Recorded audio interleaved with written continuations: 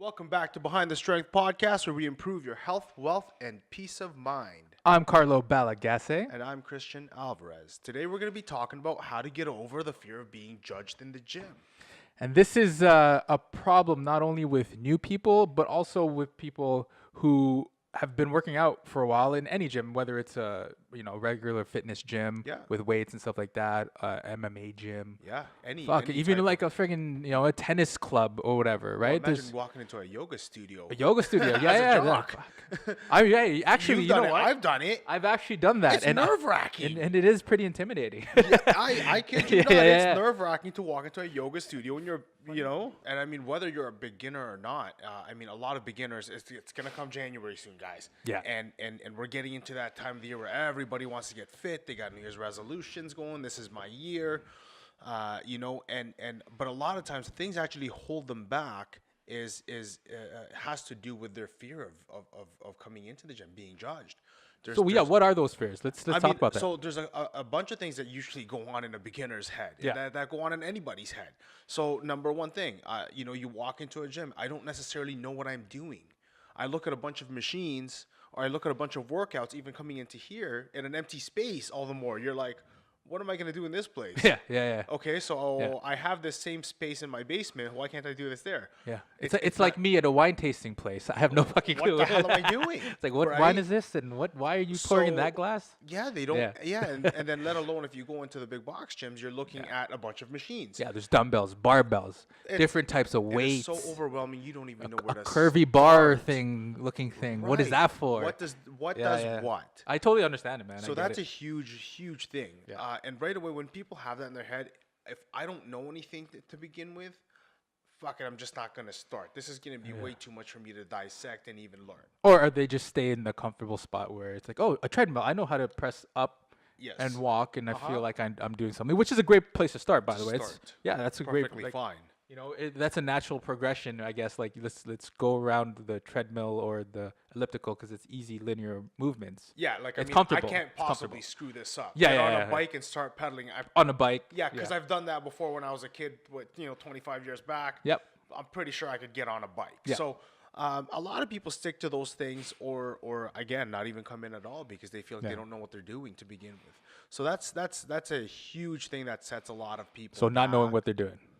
Not knowing what they're doing. Yeah. Second thing, I'm too skinny. I'm too fat. I'm not fit enough. Yeah, that's a crazy thing because it's a huge one that, to be honest, I was kind of like, what the hell are you talking about? Like, really? That's a fear? But I'm understanding it now. If you're looking from our perspective, you think, hey, people come to a gym to get fit. Yes. People don't walk into a gym fit. Fit, yeah. Which people probably think that. Some do, some don't, whatever. But to be honest with you and to the general public out there, the average person is not fit. And when they walked into that gym, they definitely are not fit. No. And you're there for a reason. Whatever gym you go to or studio to work out in or you choose to do, you're there to build yourself, essentially, your body, your mind, your fitness overall.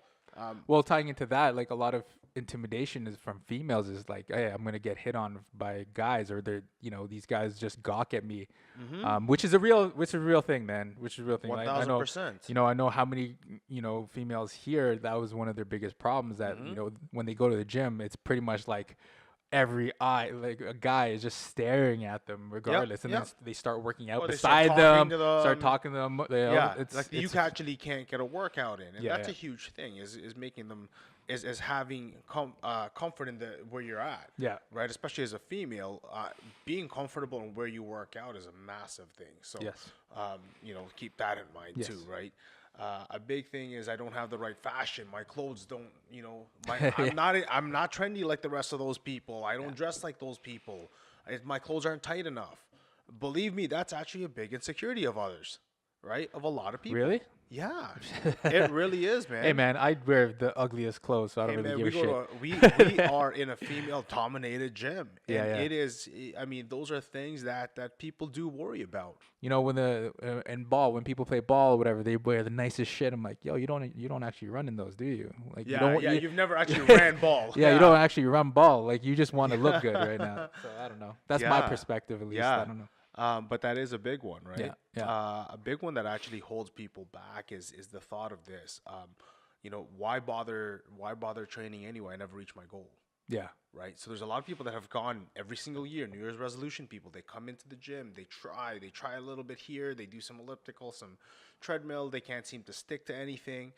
So what, they're just intimidated by the daunting task of being in the gym? Yeah. Or just like being frustrated that it's the gym formula is not for them, I guess? And I think the gym, they start to associate the gym with frustration to begin with. Yeah. I don't reach my goal. Like listen to the words of the person would say.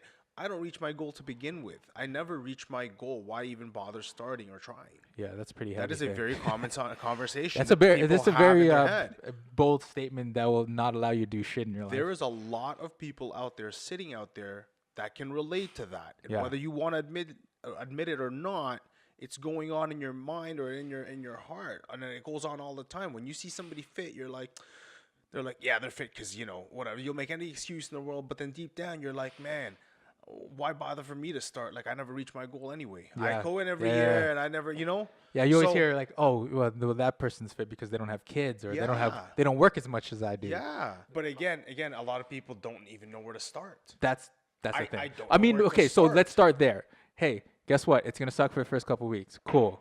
Once you plan for that, hey, I think it's going to be better, right? Like if you're delusional to think, you're in a marriage and you think it's going to be happy all the time, that's when things start to fall apart. Your expectations don't meet what the actual reality is happening, what's going to happen. Yes. So if you got married, you'd be like, okay, you know what? I'm going to have problems along the way. Let's commit to being problem solving in this relationship. Because, along the road, it's just going to be bumpy.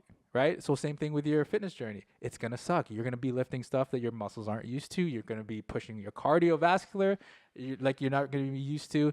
I remember the first time I went on a treadmill, I was running at freaking 4 for first 10 minutes. I was dying. Yeah. And this was literally 2 months ago. Yeah. Right? Now I'm running like nothing, like 40 minutes, like a sprint too, right? Like you never left it. But I've been I used to run 10 kilometers 5 times a week with a 40-pound vest. Yeah. And when I stopped, I was dying at freaking 4 on a treadmill for 10 minutes. Yes. So that goes to show, like, regardless of how crazy you turned yourself into your body, if you stop, it's gonna suck again. So speaking of problem solving, I guess let's come up with a plan for these people. Yes. So I mean, ways that would allow them to kind of make that step forward. Okay. Right? So here's the first part, and this is the most important part. Educate yourself. This is 2018. Yes. No go excuse. Go on your phone. Age of information. Google, right? Like, and this is not me being like a smart ass and anything like that. If you want to learn how to drive, for instance, you're gonna figure it like, how do I turn on a car? Yes. How much gas should I leave in the car? What gas should I put in this type of vehicle? Yes. These things that you should learn on your own that you start adopting. It'll be worth it, especially, when in the gym, what is the best beginner workout for me? How do I get on a treadmill? What's the best way to use a treadmill as a beginner? Yes. Dumbbells. What are dumbbells? What are they good for? Yeah. What exercises can I do with them? Yeah. What's a good overall workout? What's the best style for a beginner? Yeah. What would you suggest if they want to start getting into, strength training? Because the biggest one is I want to lose weight and get toned. Well, you want to work with some sort of resistance training.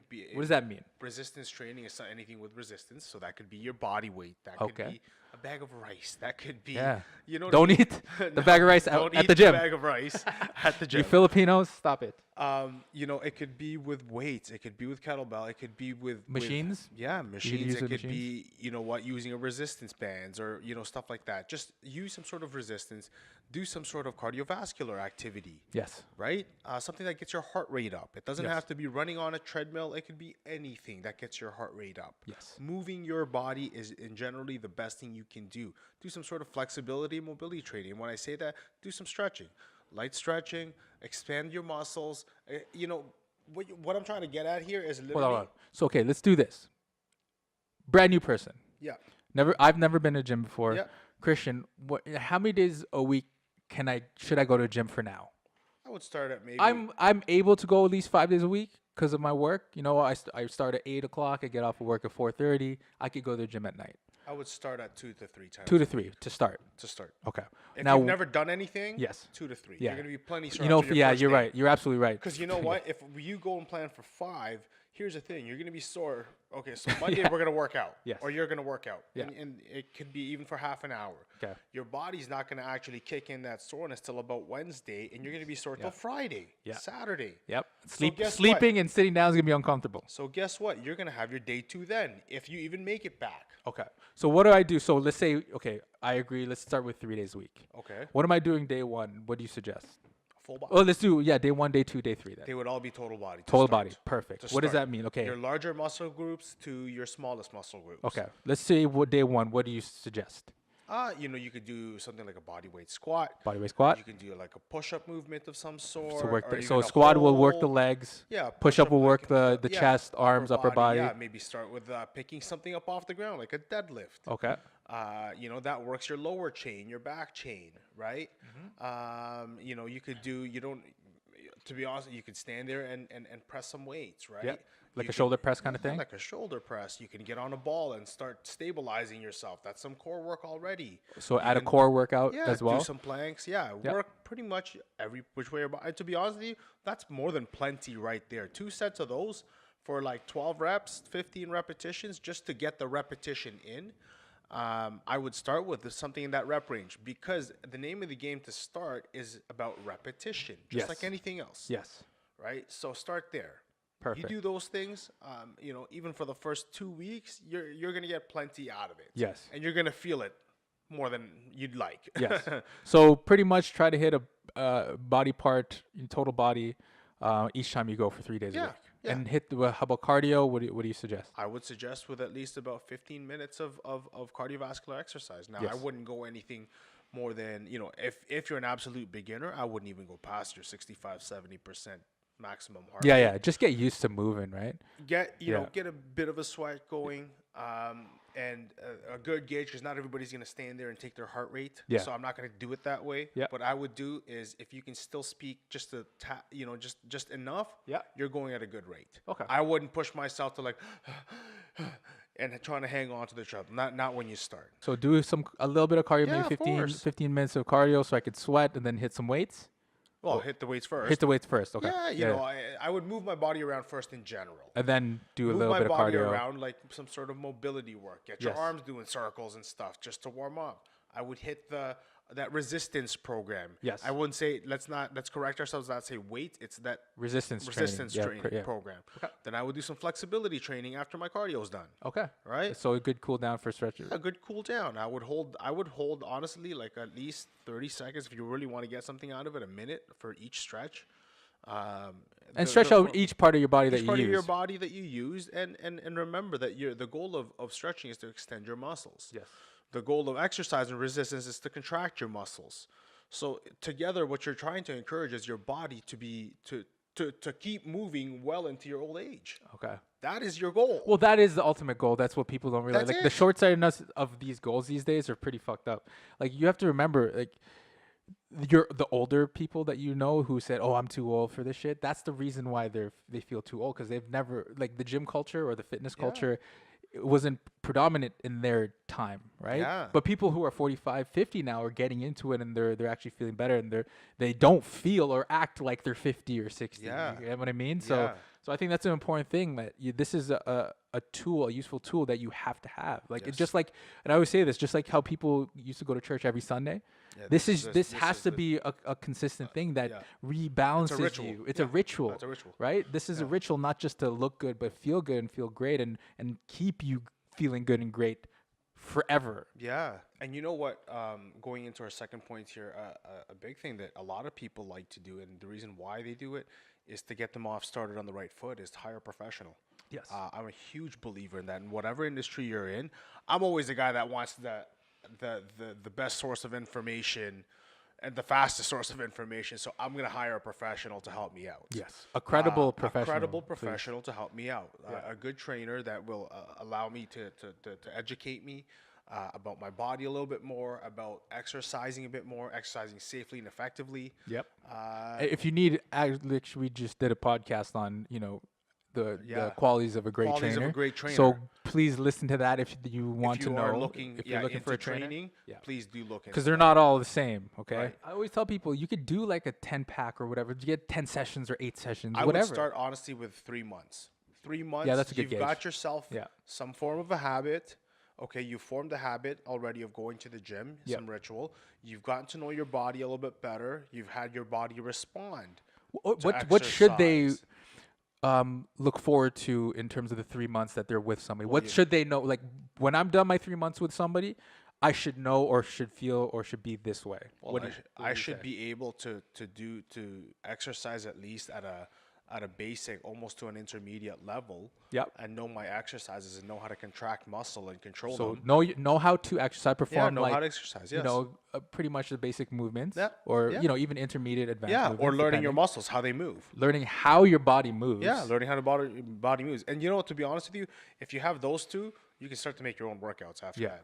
Yeah. Right? Like, I mean, it's just your creativity, your creativity after that. Yeah. Knowing your current fitness level and really gauging how your body is progressing, really feeling how your body's progressing in that way. Because I feel like a lot of people are still like not in tune with how their body is progressing. Of course. After 3 months, honestly, you should be able to gauge whether you're pushing hard enough or not. Yeah. And you should be able to give yourself a little bit more of a push. Yes. Safely at least, right? Yeah. So I mean that's something that you should be able to gauge by then. That if you sought professional help, like they would have helped you by month 3 to know, okay, you're either working hard enough or you're not working hard enough. Yes. And to gauge that, how to feel that, right? Yep. So that's a big thing. Number 3, very important, have a goal in mind, right? It kind of directs your efforts to the type of I know you're right. Right? Yeah. And it helps you to choose, especially for beginners who don't know, man, there's yoga, there's Pilates, there's this, there's martial arts, which it kind of will help you in the direction you will go. So if one of your goals are, hey man, I got to be able to move my body more and be a lot more flexible. I want my body to feel a little tighter.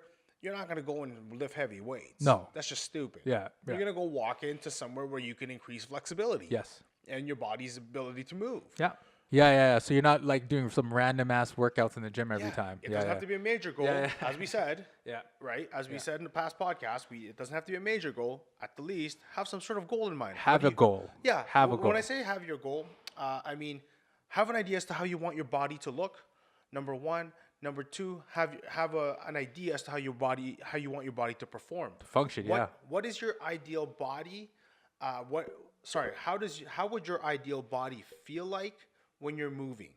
Is it going to be tight? Is it going to be loose? Can I squat down easily to go pick up something or bend over without hurting my lower back? Can I grab my child and move this, hurt from here to here without hurting myself? Or do you want to feel like a gorilla while you walk in the room? Yeah, or do you want to walk around and feeling nice and pumped and tight? Yeah. So you have to envision how your body will function. Number 4, this is a big one because we said that, about comfortability in the gym or in whatever place or studio you're at. Do some research. Do some research on the studio you'd like to go to or the type of gym you'd like to go into. Yeah. Try out different ones. Yeah. Don't just go to one and be like, hey, listen, I'm in. And you're not going to stick to it anyway. Yeah, sometimes it depends on your motivation, right? How you like to get fired up, especially if you're going into a regular gym. Or you could try group classes within the gym. You could come to specialized group classes like ours or like a boot camp. I don't know if you like working out outside. Yeah, I don't know. For sure. It doesn't really matter. Of course. Cycling. Maybe you like cycling. Yeah, you have to just try it. You have to try it and do some research. Do some research first so that you have an idea as to, okay, number 1, what you're getting into. Yeah. And be realistic with your fitness level, right? If you're not quite there, I wouldn't go into a hardcore boot camp class or a hardcore CrossFit gym where they don't teach you form and technique. You're just going in to do your WODs. Yes. Not a very bright idea. Yeah. So do some research as to the type of, facility you're going into, the type of exercise that you're going into. If you really find your tribe, right? Like that's really what that cliche is saying. It's true. Like you have to find where you fit in, right? Like sometimes the first couple of gyms you try are not worth it, but then you find a place like, holy shit, I actually like it here. That now in turn makes you push harder. It gives you better results. You'll learn more. You learn better in an environment that you're comfortable in. Of course. So 1,000%. yeah, maybe that might be a big problem for you. Maybe it's the place that you're working out in. Yeah. Right? And speaking of comfort, well, I guess the next one is to find comfortable clothing. Yeah. And I'm not talking about the tightest, skimpiest outfit, the most expensive gym gear. Go find yourself some gear. Get yourself some gear somewhere, somehow, that you're going to be comfortable working out in. And that means light. That means breathable. Yep. That like means, dry fit stuff. Yeah, stuff that, is wick wear. Something that can breathe. Yeah. Something where the sweat's not going to stick to your skin, right? You're not going to be too hot in. Or you're not going to be too cold in. And the last tip that we have is whatever you decide or however you decide to work out, be consistent and stick with it. Yes. Right? You got to remember that, like we said earlier, everybody's got a day one. Yes. So the fittest people you'll see in a gym, the fittest athletes you'll see in this world all had a day one. When they stepped into their sporting arena, when they stepped into their gym, they were at day one too. And trust me, their day one probably didn't go so well. Yes.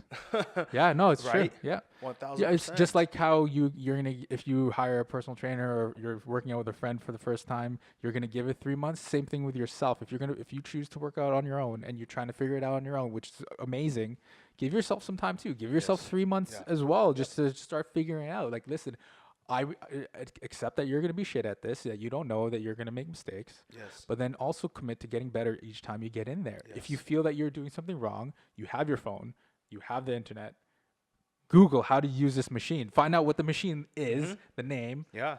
Google it, how to use this properly. Yeah, and you can find them all over, over the internet these days. And don't feel stupid about it. You don't, there's nothing wrong with it. I do that right now to find out new things about certain exercises and whatnot. Yeah. Right? So don't feel stupid. Don't feel like you're being dumb or you look dumb. You're definitely not the only one doing it, because even a lot of people who have trainers, they will have some sort of an application where it allows you to see the exercise. There's no possible way you're going to remember a jumble, especially if you're new, a jumble of 50 exercises spread over 5 days or 4 days worth of workouts. You're not going to remember every single one if you're new to this stuff. Well, good point. Yeah, with our personal training clients, we give them programs, but there's an application to go with it. There's an app that has a video demonstration for you to actually do in the gym. Yes. So you can watch it. Yeah, you don't even have to Google. You just click on the exercise. Yeah. And it shows you how to perform that exercise. Yeah. So our clients are doing it. Don't feel dumb. Yeah. If you just want to go on YouTube or something and you figure it out. Because it's like having a trainer while not paying for one all the time. Yes. Right? And let's be real, money's an issue. Like, you don't want to pay thousands of dollars for a trainer every month. Nobody has that. No. But again, hey, it's an education portion. You paid somebody to learn how to drive, but now you drive forever. And what's the ROI on that? Yes. Right? What's the ROI on learning how to drive? So, now you're picking up your kids, your husband because he's drunk at whatever in the weekend. Yeah. But that learning now has allowed you to live a life that you couldn't have had if you didn't know how to drive. So same thing. It's an investment, whether it's an online program or even a low level even your time. Investing your time to learn exercises, new exercises, is going to give you an ROI. Because look, you learning how to get fit on your own or by yourself and understanding your body efficiently.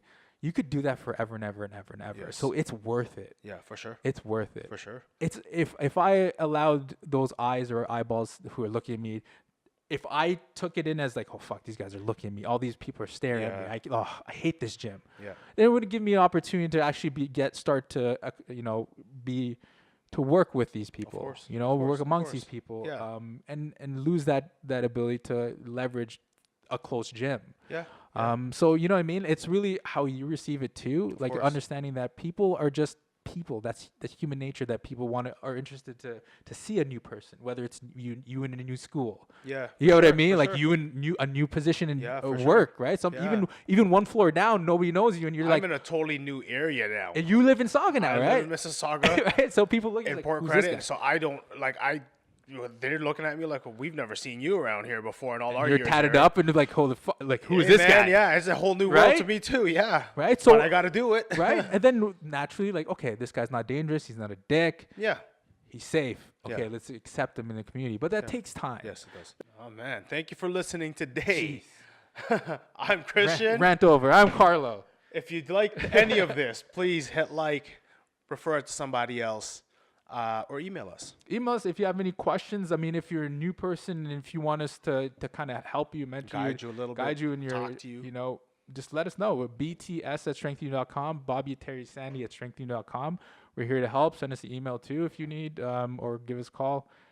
Comment on below anywhere. I don't know where we're putting this, but yeah. All right. Cool. Stay tuned for the next one. Thank you. All right. Cheers. Boom.